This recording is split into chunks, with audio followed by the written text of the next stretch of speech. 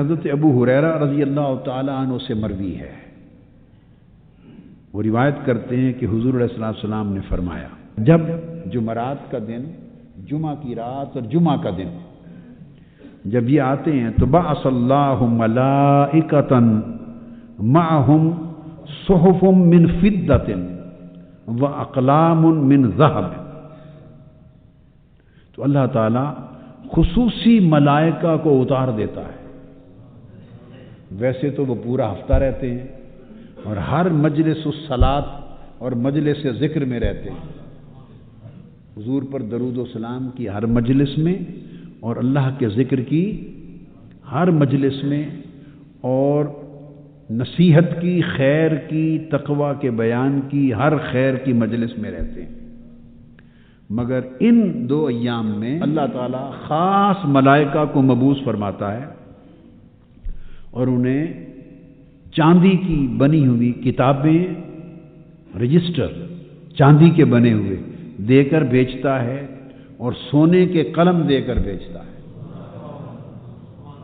چاندی کے صحف کتب ہوتی ہیں، سونے کے قلم ہوتے ہیں اور وہ زمین پر اتر آتے ہیں یوم الخمیس و لیلۃ الجمعہ وفی روایت یوم الجمعہ، جمعرات کا دن، جمعہ کی رات اور جمعہ کا دن، اور کیا کرتے ہیں، یکتبون، کیا یکتبون، وہ درود پاک لکھتے ہیں، من اکثر الناس صلاۃ علی النبی صلی اللہ علیہ وآلہ وسلم یکتبون یوم الخمیس و لیلۃ الجمعہ اکثر الناس صلاۃ علی النبی صلی اللہ علیہ وسلم۔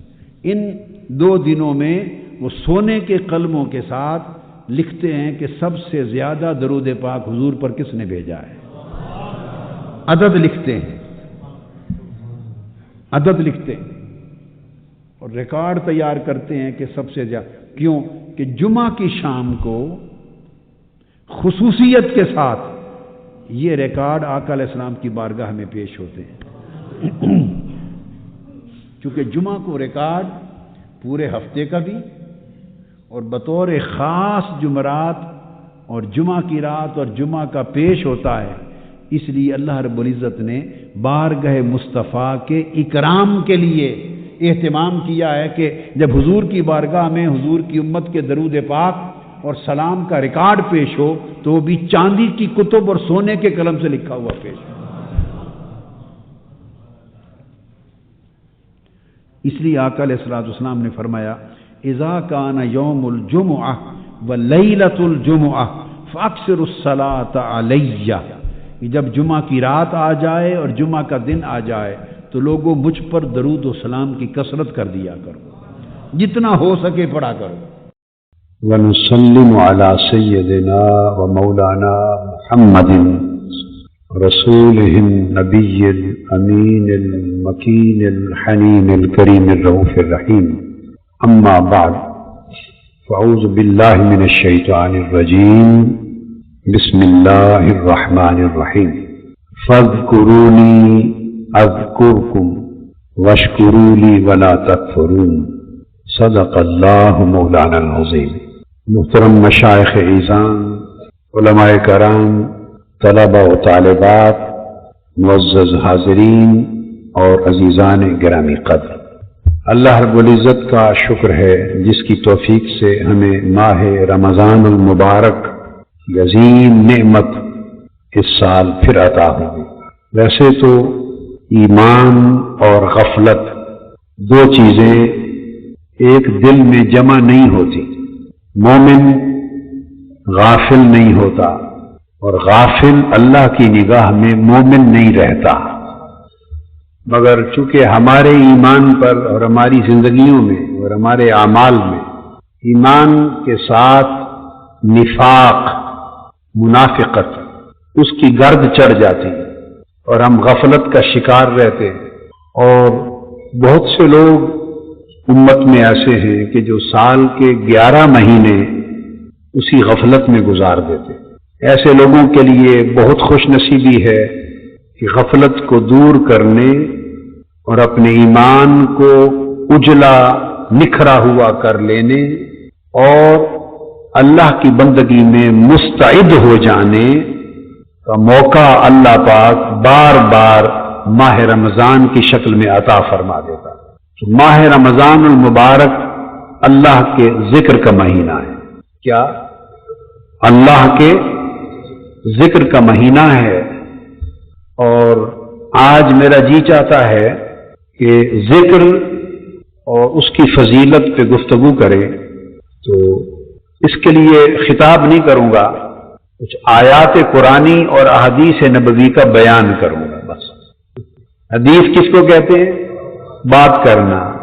تو بس اس کی آیتیں سناتا جاؤں گا، حضور علیہ السلام کی باتیں سناتا جاؤں گا، اس طرح ذکر کا مضمون مکمل کریں گے، کوئی خطاب نہیں ہوگا۔ اور چاہتا یہ ہوں کہ ایک ایک چیز سر تاپا ذکر بن کے ذکر کو سنے، سر تاپا ذکر بن کے ذکر کو سنے۔ اور اللہ پاک نے ایک جگہ ارشاد فرمایا وَاذْكُرْ رَبَّكَ اِذَا نَسِيتَ، وَاذْكُرْ رَبَّكَ اِذَا نَسِيتَ۔ اس کا ترجمہ علماء کرام نے، مترجمین نے، عام مفسرین نے جو عام طور پر کیا ہے وہ یہ ہے کہ اپنے رب کو یاد کر جب تو اسے بھول جائے، جب اسے بھول جائے تو اس کا ذکر کر۔ یہ عام طور پہ ترجمہ کیا گیا ہے، جب بھول جائے تو اس کو یاد کر۔ میرا ایک الگ ترجمہ ہے، میں اس ترجمے کا احترام کرتا ہوں، علماء نے، بزرگوں نے کیا ہے، مگر میرا جو اپنا ذوق قلبی اور ذوق روحانی ہے وہ اس ترجمے سے مطمئن نہیں ہوتا۔ اور سبب اس کا یہ ہے کہ اذا نسیت، جب وہ بھول گیا تو یاد کیسے کرے؟ اگر اللہ کو یاد کرتا تو بھولتا کیوں؟ اور بھول گیا ہے تو اب یاد کہاں سے کرے؟ بھولا ہوا ہے۔ اللہ کا ذکر کر، اللہ کو یاد کر، جب تو بھول جائے اس کو بھول جائے۔ تو جو ترجمہ، معنی، مفہوم اور مراد اللہ پاک نے مجھے عطا کیا، میری سمجھ میں آیا ہے، تو میں اس کا معنی یوں لیتا ہوں، اذا نسیتا کے معنی کا تعین کرنے کی ضرورت ہے کہ تو جب بھول جائے کس کو؟ تو میرا ترجمہ یہ ہے وَاذْكُرْ رَبَّكَ اِذَا نَسِيتَ، اپنے رب کو اس طرح یاد کر کہ اس کے سوا ہر شے بھول جائے۔ اپنے رب کو یوں یاد کر اذا نسیتا کہ جب تو ہر شے بھولا ہوا ہو، کوئی شے اور یاد نہ ہو، ہر شے، دوسری شے، ہر اس کا غیر بھول جائے اور ایک وہ یاد رہے، تو گویا تو اس کی یاد میں کھو جا، اس کی یاد میں کھو جا۔ اب اسی بات کو اللہ پاک نے سورہ مزمل میں بھی بیان کیا، فرمایا وَاذْكُرِ اسْمَ رَبِّكَ وَتَبَتَّلْ إِلَيْهِ تَبْتِيلًا، وَاذْكُرِ اسْمَ رَبِّكَ وَتَبَتَّلْ إِلَيْهِ تَبْتِيلًا۔ اب اس کا ترجمہ کرتے ہیں لوگ اپنے رب کے نام کا ذکر کر، میں ترجمہ یوں کیا کرتا ہوں اپنے رب کا نام جپ، اپنے رب کا نام جپ، رب کے نام کی تسبیح کر، اپنے رب کے نام کا ذکر کر، اس کے رب کا نام جپ، رب کے نام کی تسبیح کر، وَتَبَتَّلْ إِلَيْهِ تَبْتِيلًا، اور ہر ایک سے کٹ کر اسی کا ہو جا۔ تو حالت ذکر بیان کی گئی ہے، اللہ کا ذکر کر اس حال میں کہ وَتَبَتَّلْ إِلَيْهِ تَبْتِيلًا، کہ بس اسی کا ہو جا ہر ایک سے کٹ کر، پھر کچھ اور یاد نہ رہے، پھر کچھ اور یاد نہ رہے۔ اذا نسیتا، اس کو یاد کر اور یوں کہ کچھ یاد نہ ہو، اس کو یاد کر اور یوں کہ کچھ اور یاد نہ ہو۔ اور آپ کہیں گے کہ بندہ پھر جب خود ذکر کرتا ہے کہ اللہ کا ذکر کر رہا ہوں تو اس کو اپنا تو پتا ہوگا، اپنا بھی یہاں یہ ایک درجہ ہے کہ ہر دوسرے کو بھول جا، اس کو یوں یاد کر کہ ہر دوسرا بھول جائے۔ اور جب یہ یاد پختہ ہو اور اس کا درجہ بلند ہو تو ذکر اس درجے پہ پہنچ جاتا ہے کہ پھر اس کو یوں یاد کر کہ خود اپنے آپ کو بھی بھول جا، اسے یوں یاد کر کہ تو خود بھی تجھے یاد نہ ہو، تو بھی یاد نہ ہو، نہ کوئی اور یاد ہو، نہ تو خود یاد رہے، میں بھی یاد نہ رہے، وہ بھی یاد نہ رہے، اس طرح رب کا ذکر کر۔ جب سیدنا موسیٰ علیہ السلام نے اللہ کے حضور عرض کیا تھا رب ارنی، یہ تو مومن کے لیے، ذاکر کے لیے ذکر کا درجہ ہے، اور ہر ایک شخص کے درجے اس کے حال اور مرتبہ کے مطابق ہے۔ جب موسیٰ علیہ السلام نے عرض کیا تھا طور پر رب ارنی انظر الیک، اے میرے رب مجھے اپنا آپ دکھا، رب ارنی مجھے اپنا جلوہ کرا، انظر الیک تاکہ میں تجھے تک لوں، میں تجھے تک لوں۔ تو جواب آیا تھا لن ترانی، تو مجھے نہیں دیکھ سکتا، تو مجھے نہیں دیکھ سکتا۔ اب اس کی ایک عرفانی تفسیر کر رہا ہوں، قرآن مجید کے اس مقام کی ایک عرفانی تفسیر کر رہا ہوں جو عارفوں کی تفسیر ہے، عالموں کی نہیں۔ کیا؟ عارفوں اور عاشقوں کی جو تفسیر ہے وہ کر رہا ہوں۔ اللہ پاک نے یہ نہیں فرمایا کہ مجھے دیکھا نہیں جا سکتا۔ اگر اللہ کو دیکھا ہی نہ جا سکتا ہوتا تو اللہ کا پیغمبر سوال ہی نہ کرتا۔ اگر اللہ کو نہیں دیکھا جا سکتا تو اس کا علم پیغمبر سے زیادہ بھی کسی اور کو ہو سکتا ہے؟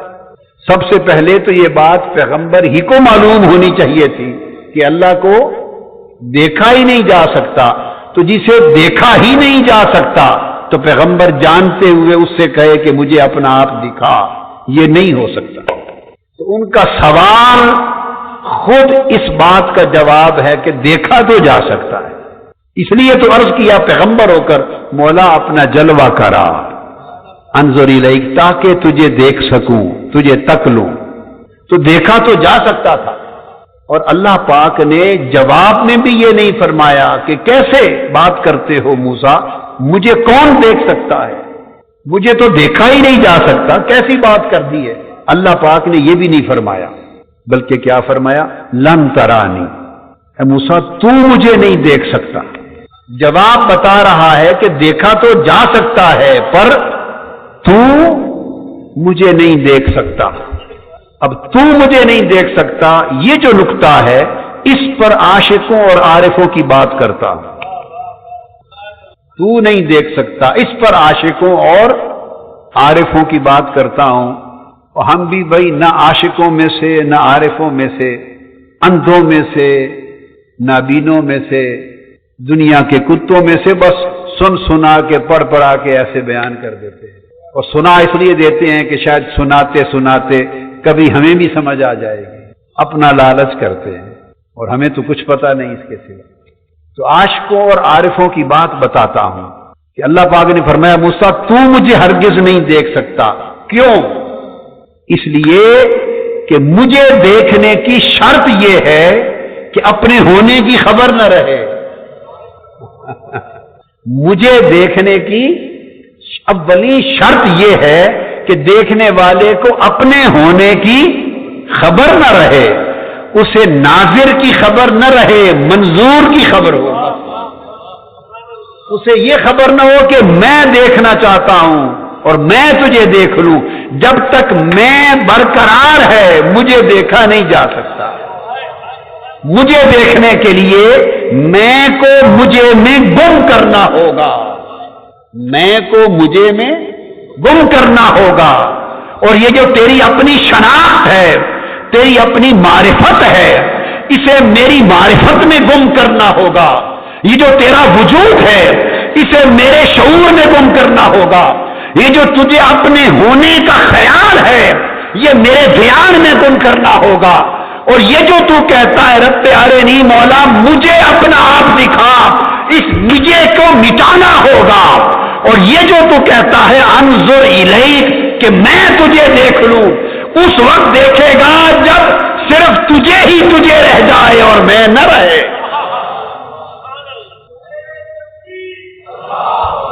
یہ جو منو تو کی بات ہے کہ ایک میں ہوں ایک تو ہے، میں دیکھنا چاہتا ہوں اور تو تجھے دیکھنا چاہتا ہوں، یہ جب تک میں اور تو دو ہیں اس وقت تک تو موسیٰ دیکھا نہیں جا سکتا. یہ تو میں اور تو کی دوئی ختم ہوگی اور دوئی اکائی میں گم ہوگی. فقط میں ہوں گا تو دیکھا جائے گا. اس لیے مجھے دیکھنے والے اپنی آنکھ سے نہیں دیکھتے. مجھے وہ دیکھ سکتا ہے جو مجھے میری آنکھ سے دیکھے, جو مجھے میری آنکھ سے دیکھے, جو میرا جلوہ میری نگاہ سے کرے, جو میرا جلوہ میری نگاہ سے کرے. تو موسیٰ تو نے چونکہ کہا ہے کہ میں تجھے دیکھنا چاہتا ہوں, اس لیے جب تک تیری میں مجھ میں فنا نہ ہو جائے اس وقت تک جلوہ آشکار نہیں ہوگا. اور جب حضور علیہ السلام کے بارے میں اللہ نے فرمایا معراج کی شب کے ما زاغ البصر وما طغى ما كذب الفؤاد ما رأى, اور دل نے نہیں جھٹلایا جو کچھ آنکھوں نے دیکھا, اور دیکھا اس طرح کہ نہ آنکھ جھپکی نہ بھٹکی. تو یہ جو اللہ نے حضور کے دیکھنے کی تصدیق کی اس حکم کی روشنی میں پتہ چلتا ہے کہ معراج کی شب قاب قوسین او ادنا کے مقام پر جب مصطفیٰ خدا کو دیکھ رہے تھے تو مصطفیٰ کی نگاہ سے نہیں دیکھ رہے تھے, خدا کا جلوہ مصطفیٰ خدا کی آنکھ سے کر رہا تھا.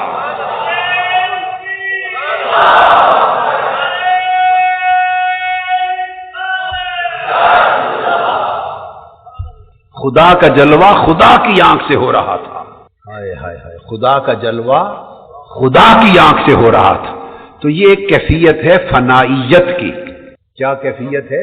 فنائیت کی. یہ ہے مشاہدہ میں فنائیت, یہ ہے مشاہدہ میں دیکھنے میں فنائیت. ایک غزل بھی ہے انڈیا کے کسی شاعر کی غزل ہے, تو نہ رہے میں نہ رہوں, ایک دوجے میں کھو جائیں ختم جھگڑے ہو جائیں. من تن شدم تو جاں شدی, تو من شدم من تو شدی, تاکس نہ گوید باد ازی من دیگرم تو دیگری. تو یہ ہے مشاہدہ میں فنائیت, اور یہ تو ہے اونچے لوگوں کی بات. کیا اونچے لوگوں کی بات؟ ہم جو زمین پہ پھرتے ہیں اور زمین پہ رہتے ہیں, ہمارے سفر کی ابتدا تو ذکر سے ہوگی, یاد سے ہوگی. تو یاد میں چلتے چلتے پھر مشاہدے تک جا بات پہنچتی ہے, یاد میں چلتے چلتے پھر مشاہدے تک بات پہنچتی ہے.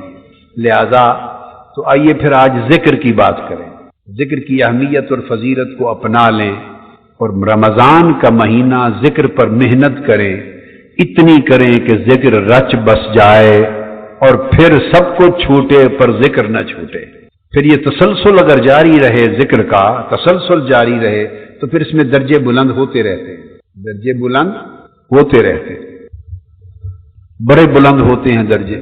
اور یہ ایک تو ہے نا کہ کہنا کہ پھر وہ جب فنائیت ہوتی ہے اللہ کا ذکر کرتے کرتے تو اس کے انوار وارد ہوتے ہیں. پھر انوار وارد ہوتے ہیں تو صرف شعور ہی ختم نہیں ہوتا کہ میں نہیں ہوں, یہی ختم نہیں ہوتا, وجود ہی کا عدم ہو جاتا ہے. یعنی وجود پر بھی اس کے انوار وارد ہوتے ہیں اور وہ کیفیتیں وارد ہوتی ہیں. اور فنائیت جب تام ہوتی ہے تو جسم اور وجود میں بھی وہ اثرات آ جاتے ہیں. ہندوستان کے ایک بزرگ تھے خواجہ رسول نما رحمت اللہ علیہ. مسجد میں دارالعلوم تھا تو مذاکرہ ہو رہا تھا, فلسفے کی کتاب اساتذہ طلباء کو پڑھا رہے تھے. فلسفے شمس بازغہ پڑھا رہے تھے, صدرہ پڑھا رہے تھے, کتابیں پڑھا رہے تھے. کتاب پڑھاتے ہوئے ایک بحث آ رہی تھی آسمانوں کی کہ یہ جو آسمان ہیں ان کی میکنگ, ان کی فارمیشن یا ان کی جو ایگزسٹنس ہے یہ کس طرح کی ہے, ان کا وجود. تو پرانے یونانی فلسفے میں جو گریک فلسفی تھی اس میں یہ تھا کہ یہ سخت مادی اجرام ہیں, جسم ہیں, اور یہ پھٹ بھی نہیں سکتے, کھل بھی نہیں سکتے, اور کھلے ہوئے بند بھی نہیں ہو سکتے. یعنی یہ ایک ایسے اجرام ہیں کہ ان میں خرق اور التیام محال ہے, پھٹ کے کھل بھی نہیں سکتے اور کھلے ہوئے مل بھی نہیں سکتے. اس بحث پر سبق ہو رہا تھا تو طلباء اپنے اساتذہ سے, استاد سے, جو ان کے فلسفی استاد تھے, ان سے سوال کرتے تھے اس پر کہ اگر یہ بات درست ہے تو حضور علیہ الصلوۃ والسلام جسمانی معراج پر گئے جسم اقدس کے ساتھ اور آسمانوں سے 7 آسمانوں کے پار گئے, تو بتائیے پھر جسمانی طور پہ اس آسمانوں سے پار کیسے چلے گئے اور واپس کیسے آ گئے؟ اگر آسمان مادی ہیں اور ان میں پھٹنا اور ملنا مشکل ہے تو کیسے گئے آقا علیہ السلام؟ ناممکن ہے تو کیسے ہوا؟ اب استاد فلسفے کی زبان میں دلائل دے رہا تھا اور طلبہ کو سمجھ نہیں آ رہی تھی. طلبہ غالب تھے، استاد مغلوب ہو گیا. طلبہ بچھاڑ کر رہے تھے اعتراضات کی اس اصول پر اور استاد بات سمجھا نہ سکا. ساتھ ہی ایک فقیر، ایک ولی اللہ تھے حضرت خواجہ رسول نما رحمت اللہ علیہ، ان کا لقب تھا رسول نما. اس لیے کہتے تھے کہ جب موج میں آ جاتے کسی پر تو اس کو پکڑ کے آقا کی کچہری دکھا دیتے تھے صلی اللہ علیہ وسلم، دکھا دیتے تھے، کچہری دکھا دیتے. یہ کچہری دکھانے کی بات بھی تھوڑی بتا دیتا ہوں، اس کو روکتا ہوں، تھوڑی کچہری کی ذوق کی بات سنا دوں. حاجی امداد اللہ مہاجر مکی رحمۃ اللہ علیہ کے زمانے میں ایک شخص تھا، بزرگ تھے، انہیں حضور علیہ السلام کی ہر رات زیارت ہوتی تھی. ہر رات آقا علیہ السلام کی زیارت ہوتی تھی. اتنے ولی اللہ تھے. حج پر آئے، مکہ معظمہ سے حج کر کے مدینہ روانہ ہوئے. تو اس زمانے اونٹوں پر سفر ہوتے تھے، گاڑیاں نہیں تھیں. تو ایک 9-10 سال کا یا 11 سال کا بچہ تھا، سید زادہ آل رسول بچہ تھا، 10-11 سال کا. اس کا اونٹ تھا اور مدنی تھا، مدینہ کے سادات میں سے، آل رسول میں سے بچہ. غریب گھرانے تو محنت مزدوری کرتے تھے. اس کا اونٹ تھا تو انہوں نے سودا کر لیا ٹھیکہ، تو اس سید زادے کے اونٹ پر بیٹھ کر مدینہ چل پڑے. وہ معصوم بچہ تھا، سفر کیا ہوا، اس کو جگہ جگہ نیند آ جاتی.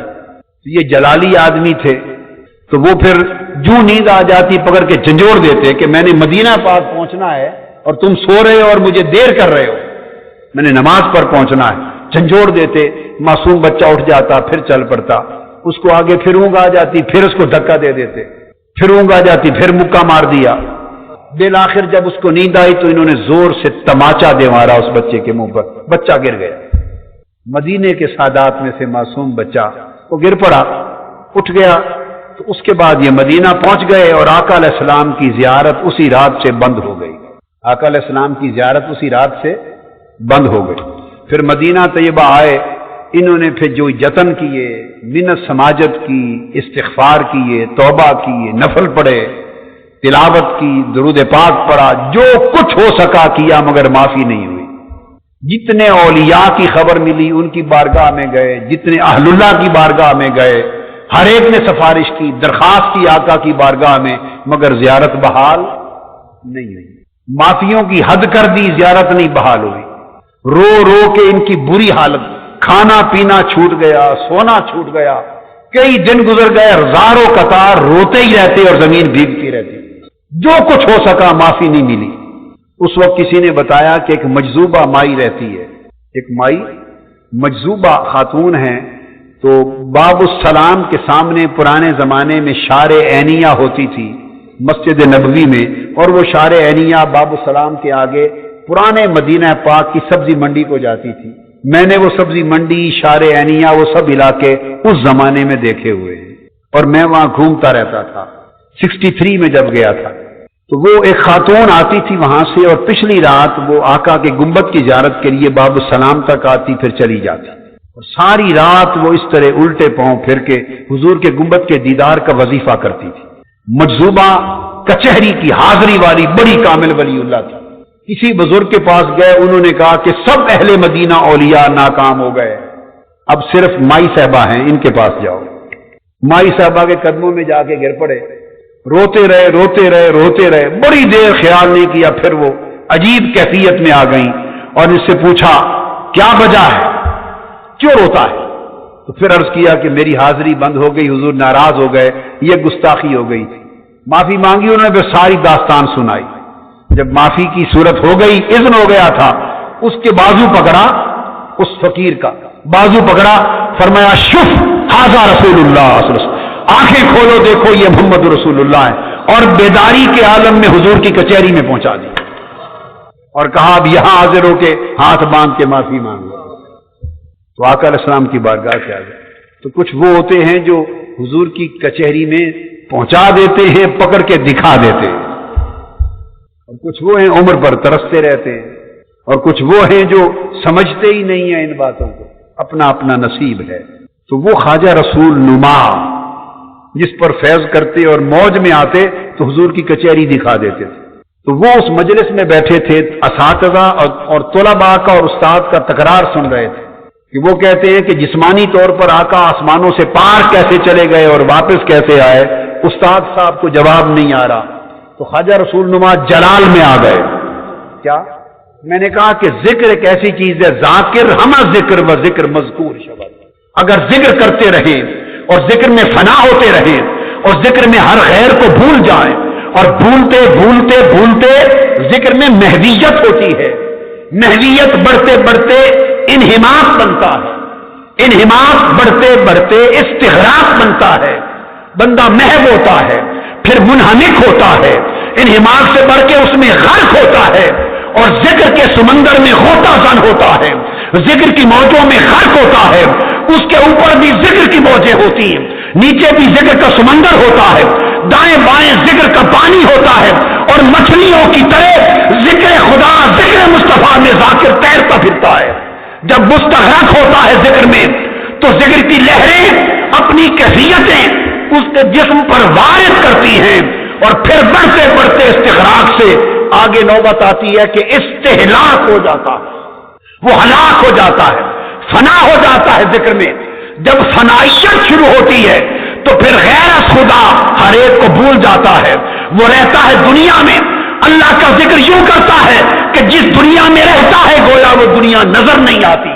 دنیا کا وجود، دنیا کا شعور، پہلے دنیا کی طلب، دنیا کا حرص، دنیا کا لالچ، دنیا کی تمنا، یہ اس کے دل سے محو ہوتی ہے، مٹا دیتا ہے.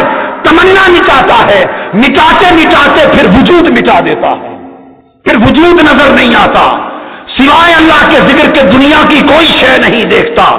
جب دنیا محو ہو جائے، مٹ جائے تو پھر فنائیت اس کے اپنے وجود پہ وارد ہوتی ہے.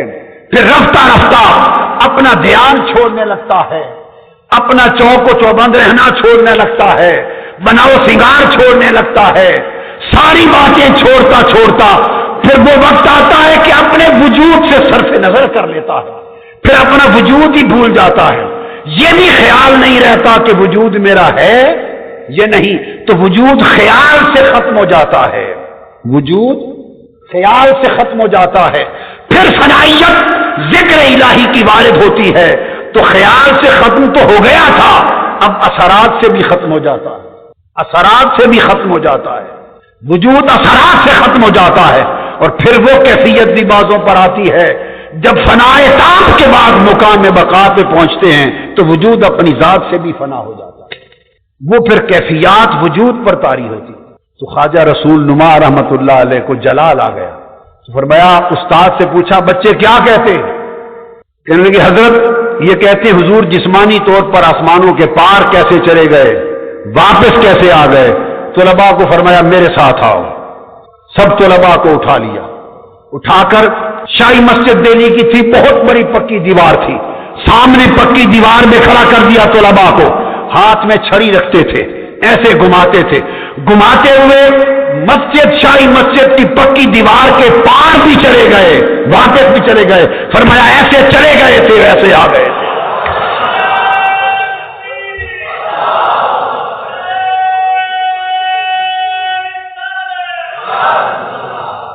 اس لیے کہ جسم پھر ٹرانسپیرنٹ ہو جاتا ہے، ٹرانسپیرنٹ ہو جاتا ہے، روح کی طرح لطیف ہو جاتا ہے، روح کی طرح لطیف ہو جاتا ہے.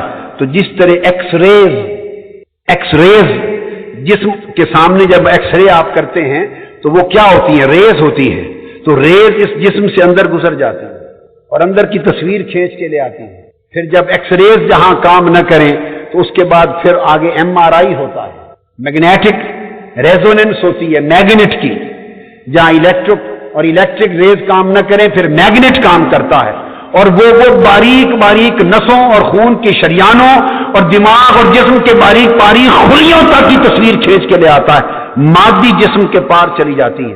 تو انسان کی بنائی ہوئی ریز اگر آر پار چلی جاتی ہیں تو جب اس جسم پر اللہ کے ذکر کی ریز وارد ہوتی ہے، اللہ کے ذکر کی اور اللہ کی یاد کی ریز وارد ہوتی ہے، اس کا ریزوننس ہوتا ہے، اس کی تجلیات، اس کی ریز کیا ہے؟ اس کی تجلیات ہیں. اس کی ریز کیا ہے؟ اس کی تجلیات ہیں.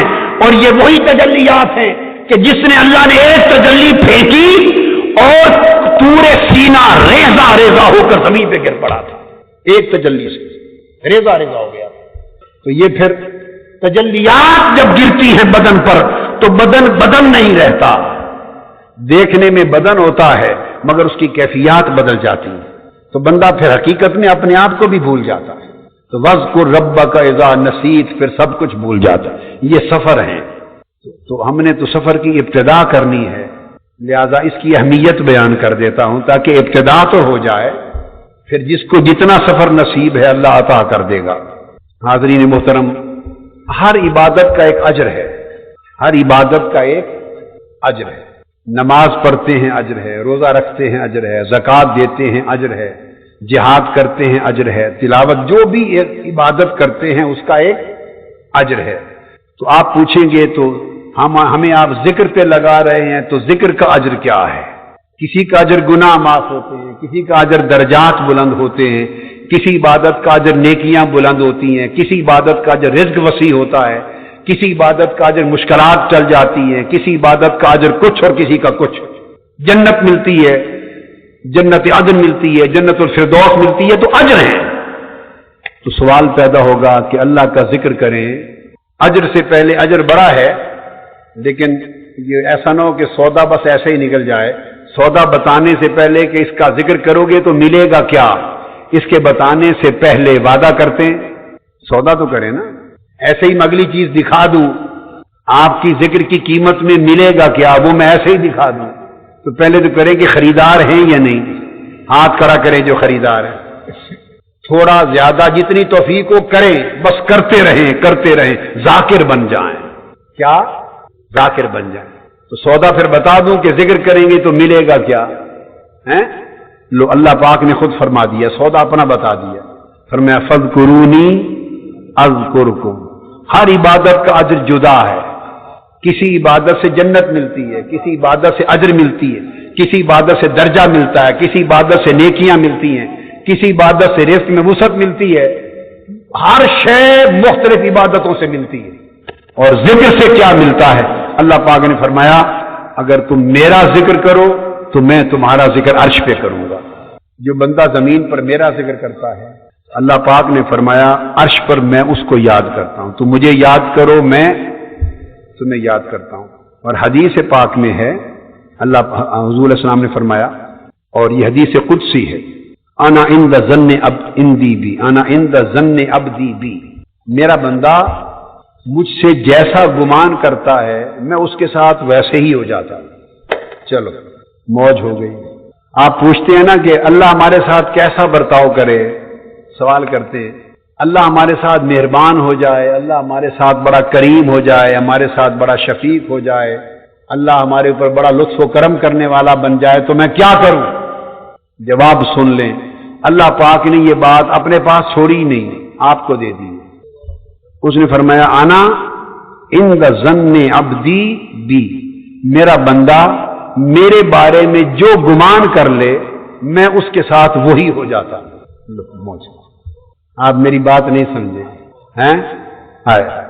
تو میں جیسا گمان، جیسا چاہو مجھے ویسا ہی ہو جاتا ہے. بس تو ہمارے اوپر چھوڑ دیا، ہائے ہائے ہمارے اوپر چھوڑ دیا. اب ایک ہے وہ اس کو یاد کرتا ہے، 100 یادیں اور بھی گسیڑی ہوئی ہیں، ادھر بھی بات کی، ادھر بھی کی، ادھر بھی کی، دل میں لالچ بھی کیا، تکبر بھی کیا، مال دولت بھی، دنیا بھی، یہ حرص بھی، اور فلاں ڈنگان بھی، چھوڑ دیو پرے چکتے ہو کہ بلایا نہیں کرو. ادھر بھی گالی گلوچ، اس کو بھی برا بلا، اس کو تھپڑ، اس کو ساتھ غیبت، اس کے ساتھ کم توڑ، اس کی چوری چکاری، اس کے ساتھ زیادتی، اس کو گالی گلوچ، یہ بھی ساتھ ساتھ چلتے ہیں. ساتھ اللہ اللہ اللہ اللہ اللہ استغفر اللہ یہ بھی چلتا ہے. تو اگر ہم نے ایسا کر رکھا ہے تو وہ بھی ایسا ہی کرتا ہے ہمارے ساتھ. وہ بھی کہتا ہے میری بڑی مخلوق ہے، میں نے مچھلیوں کو بھی رزق دینا، پرندوں کو بھی دینا، چرند کو بھی دینا، بکریوں کو بھی، شیروں کو بھی، حیوانوں کو بھی، پتوں کو بھی، میں نے دنیا بھی چلانی ہے. ٹھیک ہے تو بھی ہے، واہ بھائی واہ شاباش تو بھی ہے. انا عند ظن عبدی بی. جیسے میرے ساتھ تم چاہو میں ویسے ہو جاتا ہوں. اور اگر ایک ایسا ہو جائے بندہ وہ کہے کہ مولا میں تو چاہتا ہوں بس تو میرے ساتھ آ جا، میرے ساتھ ہی بیٹھ جا. کیا ہائے ہائے. ایک ایسا گمان کر لے کہ مولا میں تو چاہتا ہوں بس تو میرے ساتھ بیٹھا رہے، میرے ساتھ بیٹھا رہے، میں تیرے ساتھ بیٹھا رہوں، میں تیرے ساتھ جڑا رہوں، تو میری بات سنے میں تیری سنوں، ہم جڑ کے بیٹھیں، میں تیرے ساتھ رہوں، تیرے پاس رہوں، تو میرے پاس رہے، کہیں اور نہ جا۔ گمان ہے نا بندے کا، جیسے چاہے کر لے، تو کہیں اور نہ جا، میرے پاس رہے۔ تو اس کا جواب دیا اللہ پاک نے، فرمایا اللہ پاک نے انا ما عبدی اذا ذکرانی وانا جلیس من ذکرانی۔ اس نے کہا مولا بس تو میرے ساتھ رہے۔ اللہ نے جواب دیا میرا بندہ جب یکسوئی سے میرا ذکر کرتا ہے میں اس کے ساتھ بیٹھ جاتا ہوں۔ وانا جلیس ہو من ذکرانی، اور جو بندہ میرے یاد کرے، مگر یاد میں نے بتائی کہ پھر یاد بھی اسی کی ہو کے کرے، ڈوب کے کرے، بھول کے کرے، ہر ایک کو فنا ہو کے کرے۔ جب اس کی یاد کرے تو فرمایا میں اس کے ساتھ جڑ کے بیٹھ جاتا ہوں۔ انا جلیس من ذکرانی، جو میرا ذکر کرتا ہے میں اس کے ساتھ ہم نشین ہو جاتا ہوں، اس کے ساتھ ہم نشین ہو جاتا ہوں۔ اور ایک حدیث قدسی میں اللہ پاک نے فرمایا اہل و ذکری اہل و مجالستی، میرا ذکر کرنے والے میری مجلس میں بیٹھتے ہیں۔ اب آپ دیکھنے سے تو رہے، دیکھنے سے تو رہے، مگر فرمایا میرا ذکر کرنے والے بولیے میری مجلس میں بیٹھتے ہیں، میں ان کا جلیس، ان کا ہم نشین ہوں۔ تو جیسا میرے ساتھ گمان کرو گے میں ویسا ہی تمہارے ساتھ ہو جاؤں۔ تو اللہ تعالیٰ نے ارشاد فرمایا کہ جو میرا ذکر کرتے ہیں میں ان کا ذکر کرتا ہوں، اور فرمایا کہ اذا ذکرنی عبدی فی نفسہ ذکرتہ فی نفسی واذا ذکرنی فی ملأ ذکرتہ فی ملأ خیر منہ۔ اگر بندہ مجھے اکیلے بیٹھ کے میرا ذکر کرے، تنہا بیٹھے رہیں تصور جانا کیے ہو، اگر بندہ اکیلا بیٹھ کر ڈوب کر تنہا میرا ذکر کرے تو اللہ پاک نے فرمایا میں بھی پھر عرش پر تنہا اس کا ذکر کرتا ہوں۔ میرا بندہ اگر ذکر کرتا ہے نا مجھے یا اللہ یا اللہ یا اللہ اکیلے، اگر اس کا نام فرید ہے تو وہ آگے اللہ پاک جواب میں کہتا ہے یا فرید یا فرید یا فرید۔ قرآن مجید اور حدیث متفقہ، بندہ کہتا ہے میرے مولا، وہ جواب میں کہتا ہے جی میرے بندے۔ حدیث قدسی میں نے فرمایا اگر بندہ میری طرف ایک قدم چل پڑے، ایک قدم چل پڑے میری طرف، میری قربت کی طرف، تو میں 70 قدم اس کی طرف چل پڑتا ہوں۔ اور فرمایا اگر کوئی شخص میری طرف چل کر آئے تو میں اس کی طرف دوڑ کے آتا ہوں۔ اب یعنی گمان سے بھی بڑھ گیا معاملہ، کیا معاملہ گمان سے بھی بڑھ گیا۔ اس لیے اللہ پاک نے فرمایا کہ ذکر کرو میرا یا ایھا الذین آمنوا اذکروا اللہ ذکرا کثیرا، ایمان والو اللہ کا ذکر بڑی کثرت کے ساتھ کیا کرو، کثرت کے ساتھ کیا کرو۔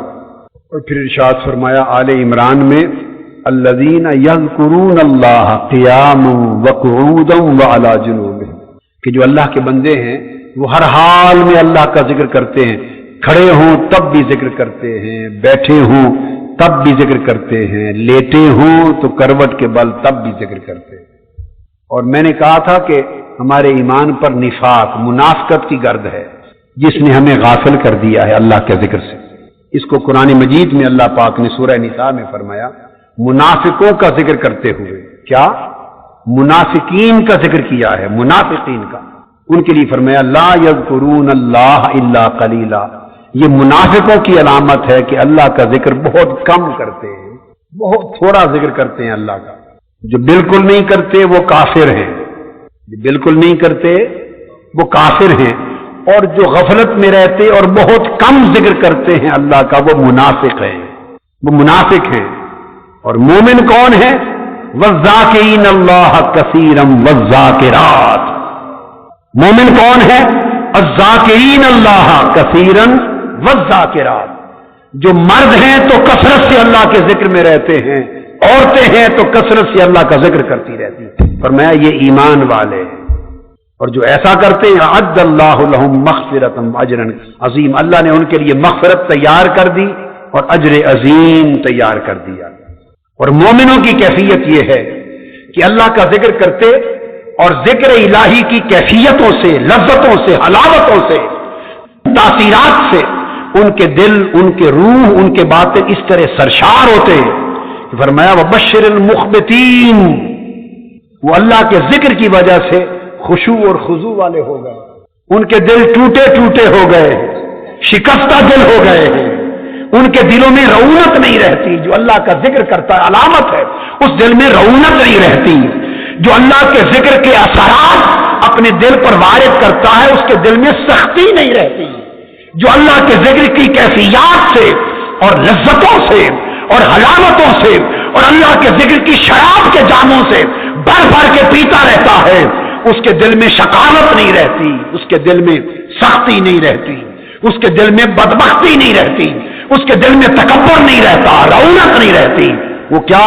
ان کے دل وہ ٹوٹے دل والے ہوتے ہیں، ان کے دل نرم ہوتے ہیں، ان کے دل گداس ہوتے ہیں، ہر وقت رونے کے کنارے پہ رہتے ہیں، ہر وقت رونے کے بارڈر پہ رہتے ہیں، ہر وقت رونے کے قریب رہتے ہیں۔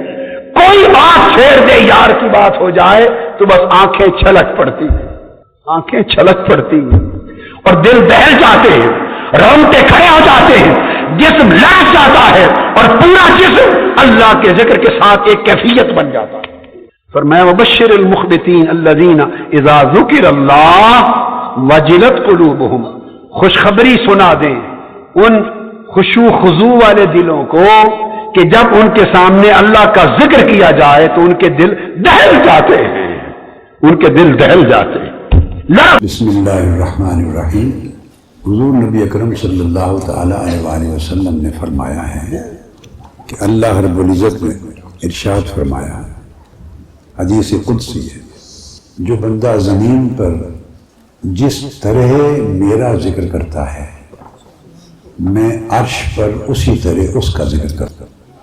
اب بندہ ذکر کرتا ہے اپنے حال، اپنے مرتبے کے مطابق، اور جب اللہ ذکر کرتا ہے تو وہ اپنے مرتبے اور اپنی شان کے مطابق۔ مگر فرمایا کہ اگر بندہ زمین پر میرا ذکر تنہا کرتا ہے، تنہا، دونوں طرح ذکر کرنے کی اجازت ہے اور حکم ہے، خفی بھی اور جلی بھی، بالسر بھی بالجہر بھی، فرد کے لیے بھی اور جماعت کے لیے بھی، سب کے لیے۔ فرمایا جو شخص میرا ذکر تنہا کرتا ہے میں عرش پر اس کا ذکر تنہا کرتا ہوں، اور جو شخص زمین پر میرا ذکر اور بہت سے لوگوں کے ساتھ مل کر کرتا ہے، فی مالا ان کا لفظ استعمال فرمایا، حلقہ، جماعت، بہت سے لوگوں کے ساتھ مل کر کرتا ہے اجتماع میں، تو میں بھی اس کا ذکر اجتماع میں کرتا ہوں۔ اب زمین پر اگر ہم اجتماع میں اللہ کا ذکر کریں گے تو اجتماع کن لوگوں کا ہوگا؟ ہم ہی لوگ ہیں نا، جیسے آپ لوگ، ہم لوگ بیٹھے ہیں، تو ہم لوگوں کے اجتماع میں ذکر کریں گے، اور اللہ پاک جب اجتماع میں اس بندے کا ذکر کرتا ہے تو وہاں اجتماع عرش پر کس کا ہوگا؟ وہ ملائکہ کا اجتماع، وہ ملائکہ کا اجتماع ہوگا۔ وہاں بھی فرمایا فی مالائن، وہ بھی عرش پر ملائکہ کے اجتماع میں اللہ اپنے اس بندے کا ذکر کرتا ہے۔ اس کا مطلب یہ ہوا جو بندہ جس کی زبان پر اللہ کا نام گونجتا ہے، اللہ کی زبان قدرت پر اس بندے کا نام گونجتا ہے، اور جو آدمی اللہ کے نام کی دھوم مچاتا ہے اللہ اس کے نام کی عرش پہ دھوم مچاتا ہے۔ تو آپ نہیں چاہتے کہ آپ کے نام کی اللہ کے ہاں دھوم مچے؟ چاہتے ہیں یا نہیں؟ تو پھر کیف کے ساتھ اللہ کا، کیف کے ساتھ اللہ کا نام لیں، اللہ کا ذکر کریں،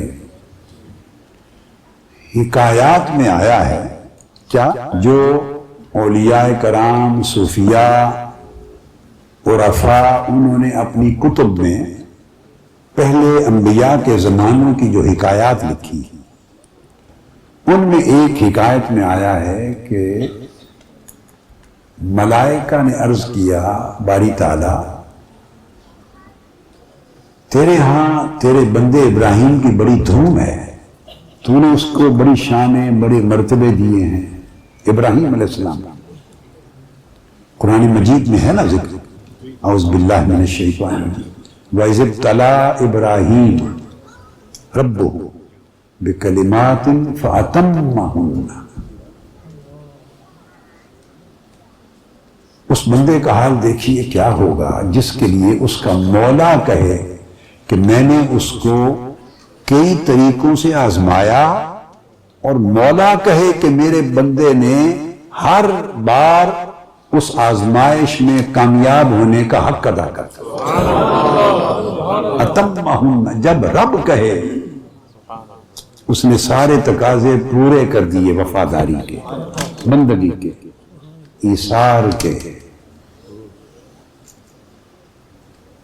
تو جب پورے کر دیے تو اس کو فرمایا اب میں تمہیں انسانیت کا پیشوا بناتا ہوں۔ بہت ساری کتب میں اولیاء کرام اور صوفیاء اعظام نے اس کو بیان کیا۔ عرض کیا باری تعالیٰ تیرے ہاں تیرے بندے ابراہیم کی بڑی دھوم ہے، تو اگر ہمیں اجازت دے تو ہم میں سے کوئی جا کے اس کو آزمائے تو صحیح کہ اس کی وفاداری اور تابعداری اور اس کی محبت تیرے ساتھ کیسی ہے۔ اللہ پاک نے فرمایا فرشتے کو جاؤ آزما لو۔ فرشتہ گیا، ابراہیم علیہ السلام کے پاس ریوڑ تھا، بکریوں کا ریوڑ تھا، اس نے جا کے قریب ہی اللہ کا نام بلند کیا، بڑی خاص لحن کے ساتھ، بڑے ذوق کے ساتھ، کیفیت کے ساتھ، حلاوت کے ساتھ اللہ کا نام بلند کیا۔ کس کا نام؟ اسی ذوق اور حلاوت سے کہے نا کہ سینے ٹھنڈے ہو جائے۔ نام بلند کیا، آنکھیں بند کر کے کہیں اس سے بڑا کوئی محبوب نہیں ہے۔ ساری محبتیں عشق نیچے دھکے کھاتے ہیں، نیچے دھکے کھاتے ہیں۔ اس جیسا کوئی محبوب نہیں، اس جیسا کوئی حسین نہیں، اس جیسا کوئی جمیل نہیں، اس جیسا کمال کسی کا نہیں، اس جیسا جمال کسی کا نہیں۔ اس محبوب کا، حسین و جمیل محبوب حقیقی کا نام بلند کیا۔ کس کا؟ آنکھیں بند کر کے۔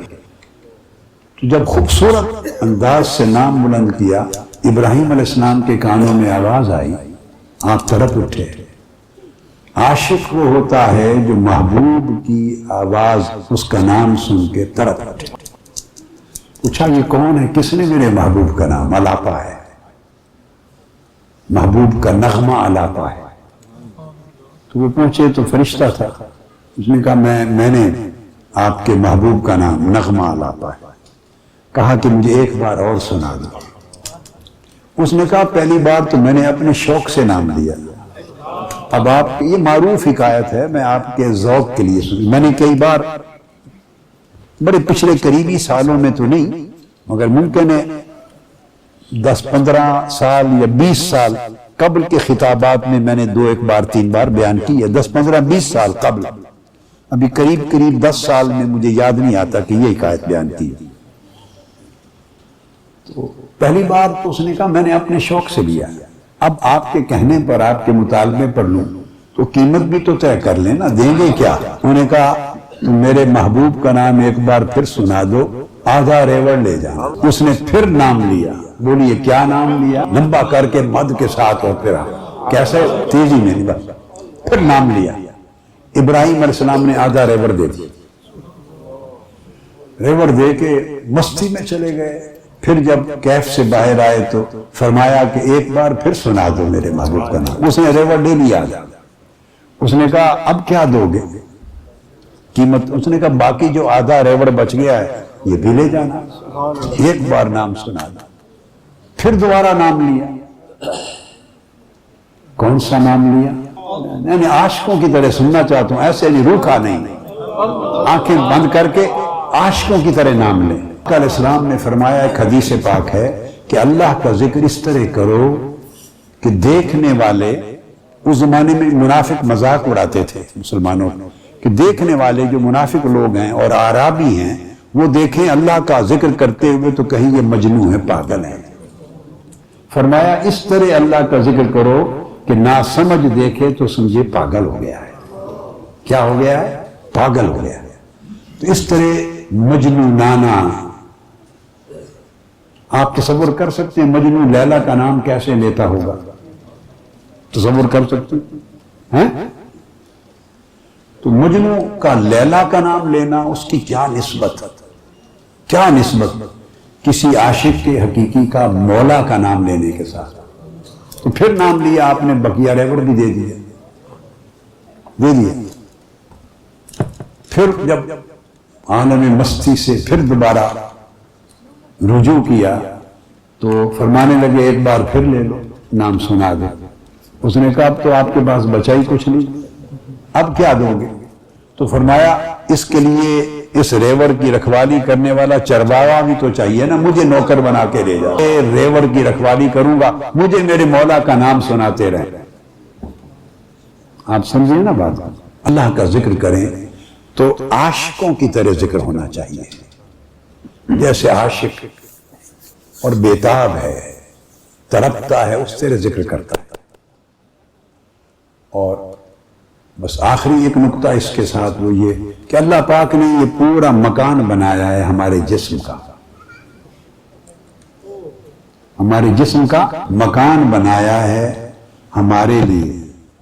بولیے، اس مکان میں مختلف شعبے رکھے ہیں، آنکھیں رکھی ہیں ہم دیکھتے ہیں، کان رکھے ہیں ہم سنتے ہیں، زبان رکھی ہے ہم بولتے ہیں چکھتے ہیں، ہاتھ پاؤں اعضاء، سارا مکان بنایا ہمارے لیے۔ مگر اس مکان کے اندر اس نے ایک کوٹھا بنایا ہے، اس مکان کے اندر ایک حجرہ بنایا ہے، وہ صرف اپنے لیے، وہ صرف اپنے لیے۔ وہاں وہ بندے سے کہتا ہے کہ میں نے بنایا تو اپنے لیے ہے، کیا تو اس کو ایسا کرتا ہے کہ میں اس میں رہوں؟ کیا تو اس کوٹھے کو، اس کمرے کو اتنا صاف ستھرا، روشن، خوبصورت، آپ خوبصورت کسی مہمان کے لیے جس سے آپ کو بڑی محبت ہو، بڑی محبت ہو، بڑی تعظیم ہو، تکریم ہو، وہ آپ کے گھر اگر مہمان آئے تو آپ تصور کریں نا کہ آپ کمرے کو اس کے لیے کیا کیا نہیں کرتے۔ آپ کارپٹ بچھاتے ہیں، خوبصورت کپڑے بچھاتے ہیں، دائیں بائیں پھول بچھاتے ہیں، اندر سیج بچھاتے ہیں، پتہ نہیں کیا نہیں کرتے، جو کچھ آپ سے ہو پڑتا ہے وہ کرتے، جان بچھا دیتے۔ ایک مہمان آتا ہے، ٹھیک ہے، وہ کتنا خوش نصیب ہوگا جس کے گھر کے اس کمرے میں مولا آنا چاہے، اس کے لیے دل کی سیج کیسے بچھائیں گے؟ وہ پاک ہے ان سیجوں سے، وہ پاک ہے کمروں اور بستروں سے۔ وہ فرماتا ہے کہ مجھے زمین و آسمان کی ساری کائنات سمو نہیں سکتی اپنے اندر، مگر مومن کا دل مجھے سمو لیتا، مومن کا دل سمو لیتا ہے، یاد کے ساتھ، اپنے ذکر کے ساتھ، اپنی محبت کے ساتھ، اپنی معرفت کے ساتھ، اپنی لگن کے ساتھ۔ اور یہ کہ میں تمہارے دل میں آتا ہوں، رہتا ہوں، پھر جس دل میں مولا آ جائے وہ ہزارہا کعبوں سے ایک دل بہتر ہو جاتا ہے، ہزارہا کعبوں سے وہ ایک بہتر ہو جاتا ہے، کیونکہ اس دل میں خود مالک مولا کی گزرگاہ ہوتی ہے، اس کا آنا جانا ہوتا ہے۔ اس دل کو پھر ہر روز مالک 70 مرتبہ اپنے عاشقوں کے دل کو دیکھتا ہے، 70 مرتبہ روزانہ اس پر نگاہ ڈالتا ہے ہر روز، اور دیکھتا ہے کہ دل کا جھکاؤ کدھر ہے، دل کا التفات کدھر ہے۔ تو جس کو 70 مرتبہ مولا دیکھے اور ہر بار اس دل کو وہ پائے کہ وہ اسی کو تک رہا ہے، ہر بار جب دیکھے تو دل کو اپنی طرف ہی تکتا ہوا پائے، تو اندازہ کر لیں کہ پھر کرم کا عالم کیا ہو۔ بس اس تصور کو بٹھا کر پھر ذکر کریں اللہ کا، تاکہ یہ در و دیوار بھی سنیں، آسمان والی مخلوق بھی سنیں، پھر عرش بھی سنیں، اور آپ کا ذکر پھر اسی دھوم دھام کے ساتھ مالا اعلیٰ میں ہو۔ ایسا ذکر سننا چاہتا ہوں، میں یہی سننے کے لیے آیا ہوں۔